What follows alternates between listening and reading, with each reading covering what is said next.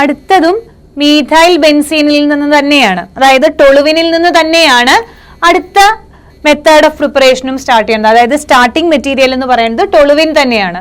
ഇവിടെ എന്താണ്? Side chain chlorination followed by hydrolysis. ഇവിടെ നടക്കുന്നത് എന്താണ്?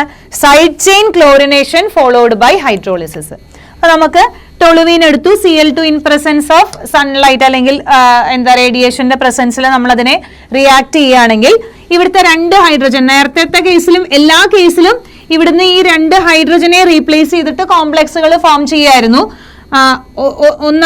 ആദ്യത്തെ കേസിൽ എന്താണ്? CrOCrCl2 എന്ന് പറഞ്ഞിട്ടുള്ള ഈ ഒരു കോംപ്ലക്സ് ആണ്. ഈ 2 സ്ഥലത്തും OCrCl2OH എന്ന് പറയുന്ന ഈ ഒരു കോംപ്ലക്സ് ആണ് ഫോം ചെയ്തത്. രണ്ടാമത്തെ കേസിൽ ക്രോമിക് ഓക്സൈഡ് ഉപയോഗിച്ചപ്പോൾ എന്താണ്? OCOCH3 എന്ന് പറയുന്ന ബെൻസിലിഡീൻ ഡൈഅസറ്റേറ്റ് ആണ് ഇന്റർമീഡിയറ്റ് ആയിട്ട് ഫോം ചെയ്തത്. ഇവിടെയാണെങ്കിലോ ഇവിടെ റിയാക്ട് ചെയ്യിപ്പിക്കുന്നത് ക്ലോറിനുമായിട്ടാണ്. അപ്പൊ 2 കേസിലും ക്ലോറിൻ വരും. അതായത് CHCl2 എന്ന് പറയുന്ന ഈ ഒരു കോമ്പൗണ്ട് ഫോം ചെയ്യും. ഇതിനെ ഹൈഡ്രോളിസിസ് നടത്തുമ്പോൾ ബെൻസാൽഡിഹൈഡ് ഫോം ചെയ്യും. അതായത് side chain chlorination followed by hydrolysis.